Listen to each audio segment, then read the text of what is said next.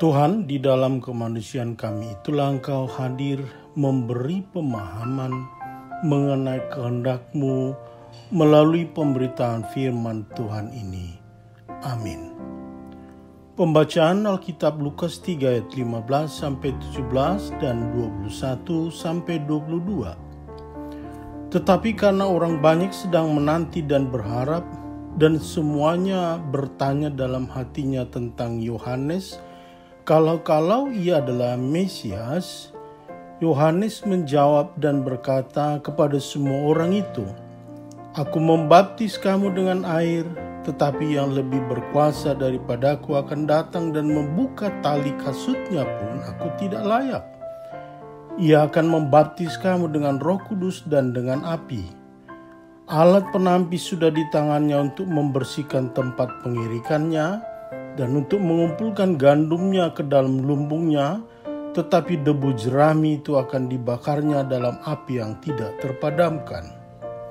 Ketika seluruh orang banyak itu telah dibaptis dan ketika Yesus juga dibaptis dan sedang berdoa, terbukalah langit dan turunlah Roh Kudus dalam rupa burung merpati ke atasnya, dan terdengarlah suara dari langit, "Engkaulah anakku yang kukasihi, kepadamulah aku berkenan." Amin. Bapak Ibu Saudara kekasih, faktor apa yang paling kuat memengaruhi karakter seseorang sehingga mampu bertahan di puncak prestasi? Ingatlah bahwa karakterlah yang menentukan apakah seseorang mampu bertahan dalam kekuasaannya, dalam kehebatannya, maupun dalam kesuksesannya. Itu sebabnya Abraham Lincoln, Presiden Amerika yang ke-16, mengingatkan bahwa untuk menguji moral, menguji karakter seseorang, berilah dia jabatan, berilah dia kekuasaan. Maka faktor apa yang paling kuat memengaruhi karakter seseorang sehingga mampu bertahan di puncak prestasinya? Itu sangat ditentukan kesadaran seseorang akan identitas dirinya. Kesadaran mengenai siapa dirinya, kesadaran personalitasnya. Kesadaran identitas dirilah yang menjadi dasar yang kuat menentukan karakter, menentukan cara hidup, memahami dan memaknai hidup masa kini maupun mengenai masa depannya. Yohanes Pembaptis dengan bakat dan karunia yang dia miliki sedang mengalami puncak popularitas sosial pada masa awal pelayanan Yesus. Dia sangat dikagumi masyarakat banyak. Banyak orang datang menjumpai dan menyerahkan diri untuk dibaptis oleh Yohanes sebagai baptisan tanda pengakuan dosa dan tanda penyesalan akan dosa. Tetapi kondisi banyaknya orang menjadi pengikut Yohanes telah membuncahkan pengharapan mesianik Yahudi dalam realitas beratnya penderitaan masyarakat akibat penindasan Pax Romana masa itu. Orang banyak telah mempersepsi Yohanes sebagai seorang Mesias, sebagai penggerak perlawanan guna menumbangkan kekuasaan lalim Raja Roma. Tetapi Yohanes sadar siapa dirinya, sadar identitasnya, maka godaan untuk menjadikan dirinya sebagai pemimpin dunia melawan rejim Roma ditolaknya dengan tegas. Itulah kesadaran terhadap identitas diri sebagai modal yang besar dalam membangun karakter moral yang kuat. Justru dengan kesadaran identitas diri demikian, Yohanes memberitakan Yesus sebagai pribadi yang sangat agung, pribadi yang mulia. Bahkan kualitas diri Yohanes dianggap tidak layak sebagai budak pembuka tali kasut Yesus. Bahwa Yohanes membaptis dengan air, sedangkan Yesus akan membaptis orang banyak dengan Roh Kudus dan api. Ini adalah jawaban sekaligus antisipasi kesalahpengertian orang banyak tentang identitas Yesus yang bisa saja juga dipersepsi sebagai mesianik politik. Maka Yohanes menempatkan pemahaman mengenai Yesus pada kuasa baptisan dengan Roh Kudus dan api, bukan dengan kuasa pedang bersama kawanan tentara malaikat surga yang menggulingkan Roma. Ini hendak menunjukkan bahwa kehadiran Yesus ingin membangun kuasa kerajaan Allah di dunia dan menampi manusia yang berbuah lebat, manusia yang bertobat, dan manusia yang tidak berbuah dan yang tidak percaya pada ajaran Yesus.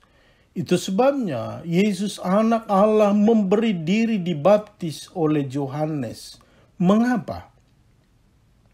Baptisan kepada Yesus oleh Yohanes merupakan sebuah penanda solidaritas Yesus dengan orang-orang berdosa, bahwa Allah datang menyelami, lalu ditenggelamkan, dikubur, dipendam, tetapi dibangkitkan oleh Allah.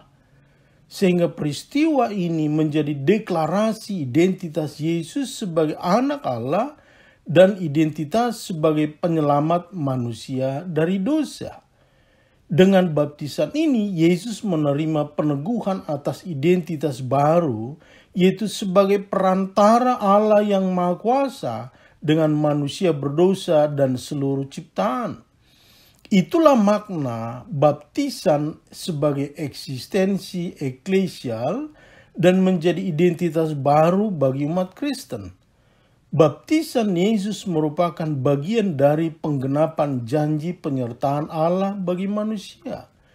Dengan demikian, Yesus melakukan tindakan pelayanan yang memberi tanda penyertaan Allah guna menyadarkan manusia akan dosa, sehingga terjadilah pertobatan sebagai wujud misi penyelamatan Allah bagi manusia dari dosanya.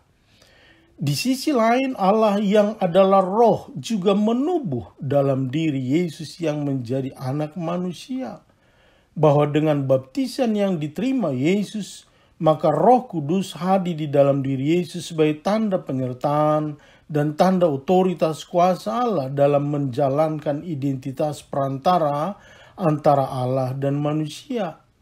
Yesus menyadari identitasnya sebagai anak Allah, mengemban misi utama kerajaan Allah bagi dunia, sehingga rela berkorban akibat dosa dan memberi pengampunan bagi manusia.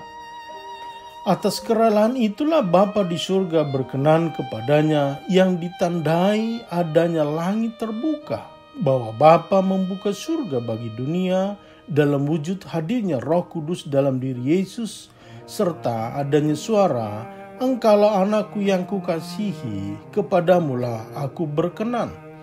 Itulah penegasan identitas Yesus, bahwa Bapa mengakui Yesus sebagai anak Allah, Bapa mengasihi Yesus, berkenan padanya. Bapak Ibu Saudara kekasih, ketika kita memahami baptisan Yesus hari ini menjadi momen untuk mengingatkan identitas kita ketika dibaptis dan diserukan adanya keyakinan bahwa pada masa kita dibaptis, Allah juga menyambut kita sebagai anak yang dikehendaki Allah. Tetapi sambutan kehendak Allah itu harus digenapi sepanjang hidup kita sehingga dapat memberi buah yang lebat. Sebagaimana Yesus juga setia menepati identitasnya sebagai anak Allah yang rela berkorban bagi manusia. Untuk itu, mestilah dipahami bahwa baptisan tidak menghilangkan kesulitan hidup kita, tidak meniadakan usaha kita menjaga kesehatan akibat pandemi COVID-19. Tetapi baptisan menawarkan cara memahami hidup secara baru, spirit baru, mindset baru, adanya kesadaran identitas baru yang memengaruhi kualitas karakter hidup kita.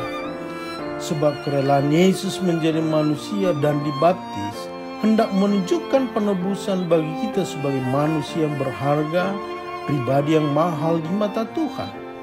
Di dalam Yesus Kristuslah kasih yang menyelamatkan manusia menubuh secara nyata.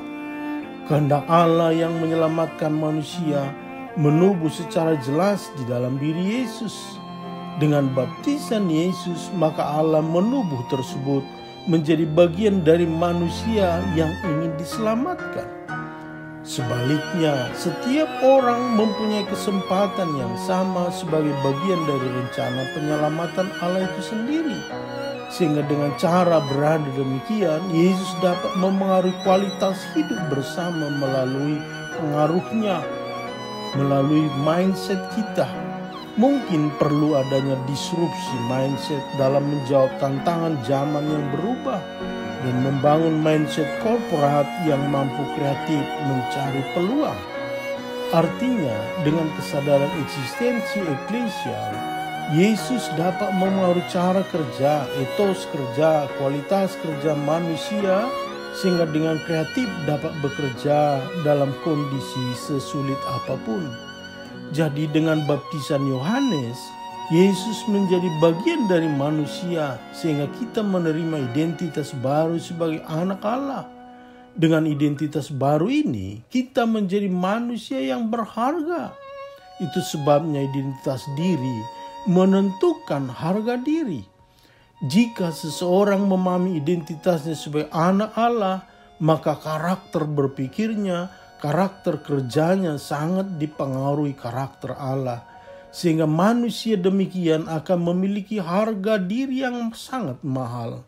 Maka khotbah baptisan ini hendak mengingatkan kita pada identitas diri kita sebagai manusia yang berharga di mata Allah.